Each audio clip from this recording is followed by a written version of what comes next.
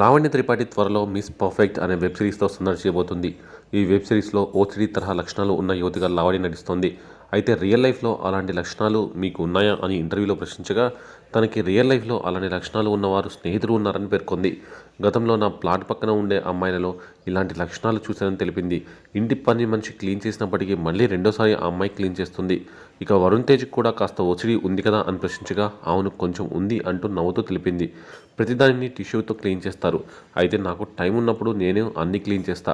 అలాగని ప్రతిరోజు నాకు చెప్పొద్దు అంటూ కండిషన్ పెట్టినట్టు లావణ్య చెప్పుకొచ్చింది.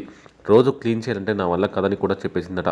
నీ వస్తువులు నువ్వు శుభ్రంగా ఉంచుకో, నాకేమీ ప్రాబ్లం లేదు అని ముఖం మీదే చెప్పేసిందట. లావణ్య కామెంట్స్ వింటున్న నెటిజన్లు, పాపం వరుణ్ తేజ్ ముఖం ఆ సమయంలో మాడిపోయి ఉంటుంది కదా అని ఫన్నీ కామెంట్స్ చేస్తున్నారు. ప్రస్తుతం ఈ కామెంట్స్ నెట్టిట వైరల్గా మారాయి. ఇక లావణ్య త్రిపాఠి గత కొద్ది రోజులుగా మిస్ పర్ఫెక్ట్ వెబ్ సిరీస్ ప్రమోషన్స్లో చాలా బిజీగా ఉంది. ఈ క్రమంలో ఆసక్తికర విషయాలు కూడా పంచుకుంటుంది.